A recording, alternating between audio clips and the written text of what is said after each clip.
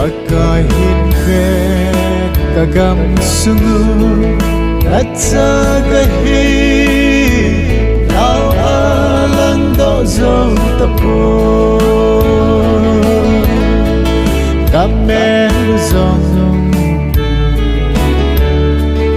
amol gamkay Manlutahin Gunay piu Kam sabang be Katso